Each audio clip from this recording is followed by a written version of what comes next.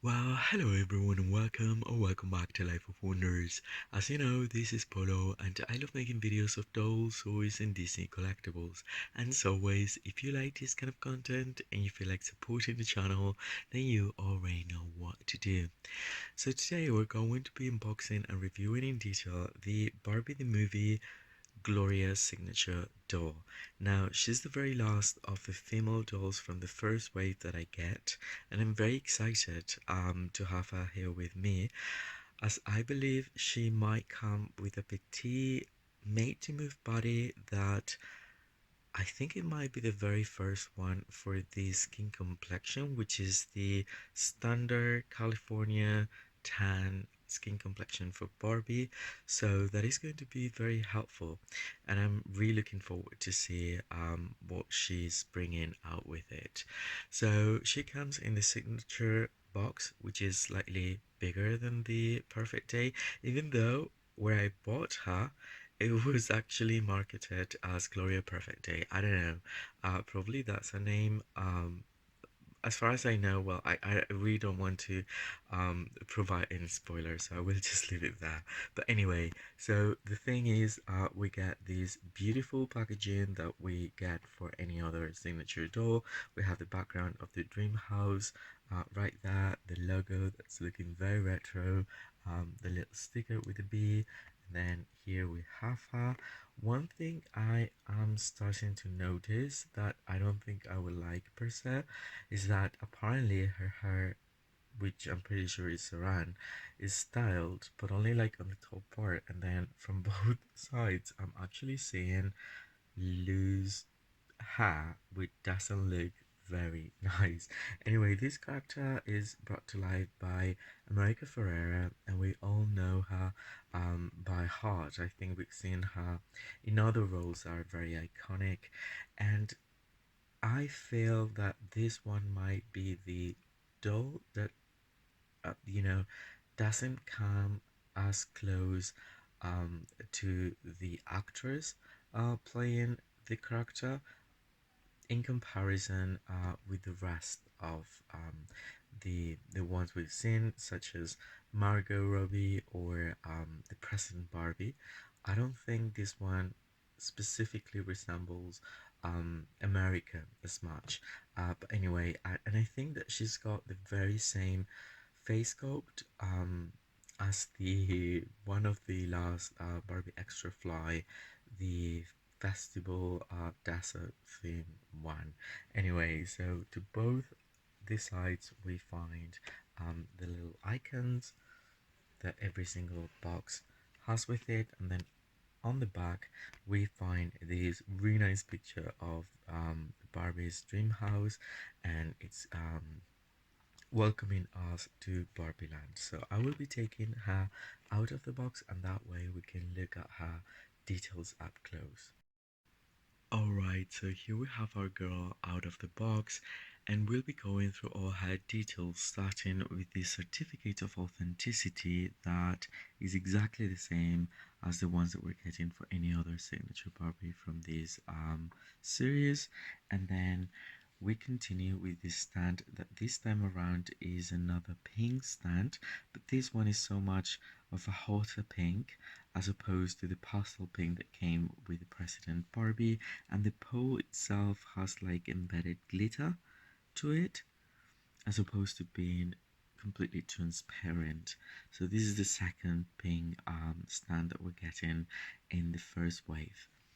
And now, as we focus entirely on our doll, I was just looking at her face, and there was something about it that reminded me of the Gabriella sculpt from High School Musical that I just happen to have around here.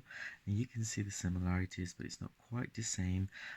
Although the sculpt is dated to be from 2003, and then it also reminded me so much of the Miley Cyrus sculpt, or the Hannah Montana one, which is exactly the same, and you can see the resemblance there. um, though this one is actually dated to 2007, so there might be like slight variations to it, but I thought I would point it out. And now I think that they've captured, America's features in a way, face features with the screening is so much better in person than what I was anticipating. From the promotional pictures, I wasn't quite convinced, but in person, I can see where they just took it all from and tried to approach have features in a way. The one thing I don't particularly like about the doll is the hair, especially the way it's styled, because we have like these very gelled curls on the front, and then this is the way it looks from the back, which is hilarious. Like, I really don't understand it. Um, the hair is around, but it feels like a bit like burnt or incredibly dry. And this reminds me so much of the Perfect Day one, which I was just like thinking it was sort of like related to being a budget one, but no, this is like happening to this signature level one as well. So I'm really not sure what it is. Like, I'm not sure if in the film we're going to see um Gloria having like straight hair and then probably like two ringlets on the front. But it looks kind of funny the way it is, so I think I will probably wash it off and just have it like wavy or yeah, a little bit more of a natural effect than this. And then she's got really nice blend for the eyeshadow that has like a combination of like purple and yellow, as you can see, and I love her smile. Then she's got the hoop earrings, which are chromatic gold and they're removable. And then we find these three pieces outfit that, as you all know probably by now, she comes with the made to move petite body in, I would say, the standard California tan complexion.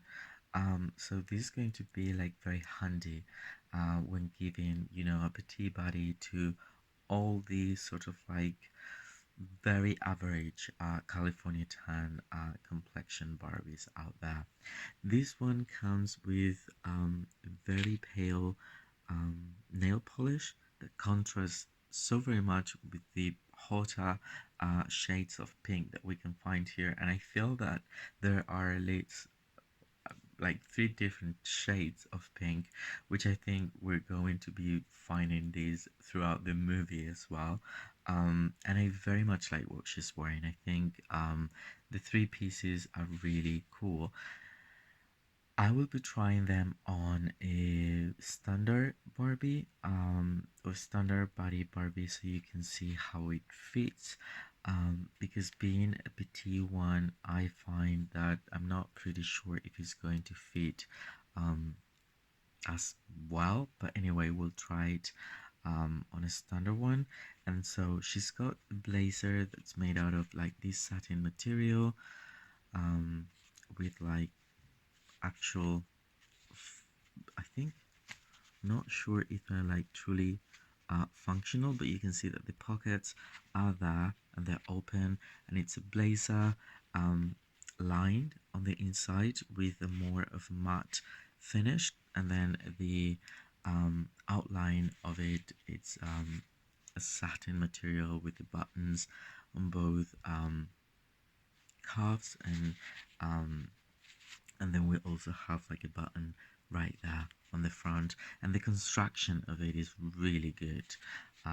It's very similar to the one that came with the at Barbie style number one in a way, although the material is different. This one is more satin, like it has a sheer to it, and then she's got these jumper underneath this top that it happens to be like a tank top, probably so the blazer could fit more like tightly. And then she has these um, medium shade pink, I would say, pants, high waisted with stripes, vertical ones, and then they have the opening on both sides. They're really cool, and both the top and the trousers actually use Velcro, which I think is very nice because that will give us a bit more room when trying them on a standard size Barbie. And then I would say that the signature piece are these heels, which are like very colorful, perfect for pride, just at the moment. And as she's got a made to move body, it's a little bit like tangled there with the articulation. And yeah, but it's bendy, so I guess that, you know, put in a bit of pressure, you can give it some shape to it. And so we can find fuchsia, orange, gold, tile, and navy blue, I would say. And these are all the different elements that we can find throughout our doll. I think that this is going to be a very important character within the plot, so I really can't wait. Like, I'm very excited about watching the movie as for now, and I hope I've covered everything that was kind of important for her. And now let's try this outfit on a standard size Barbie. So here we can see how the outfit fits like a standard size Barbie doll with a semi-articulated body. I can say that the top portions of the outfit, like the blazer, fits relatively well. I would say it wasn't difficult at all to try it on her, although as you can see it doesn't go all the way down, although it could be like a 3/4 sort of like length. And then the tank top actually fits perfectly. That's very easy. But then for the trousers I had difficulties, and I didn't really want to push as much because I started to see like that it was like, you know, it could rip off at the junctures. um, and then this is how it looks from the back, so basically you can't close it. I mean, the petite body is so much thinner in those terms. Although, I mean, if you just want it for displaying purposes, I would say that the fit isn't like too bad. I mean, from the front, it kind of looks pretty cool. It's more of like a low, yeah, um, cut as opposed to just being higher up, and this is how it feels. Then for the heels, they are just perfect, and as you can see, they even fit better when there's no extra articulation there. And that is why sometimes I just kind of prefer these legs, because these shoes just fit so really nicely on these inclined feet. So that is something that might be helpful because these shoes are so beautiful. So anyway, this is how it looks on a standard size Barbie. Needless to say that on a curvy one it's going to feel impossible. But yeah, so let's move on our final to our final thoughts. So now we can finish the review. I hope you found it helpful and you've enjoyed it. And if that's the case, well, don't forget to like the video, subscribe to the channel if you haven't already, and let me know what you think about it in the comments down below. I will always be happy to hear from you, as well as super happy to get back to all your comments. For now, I hope you all stay safe, and I'll see you all very soon. Bye bye.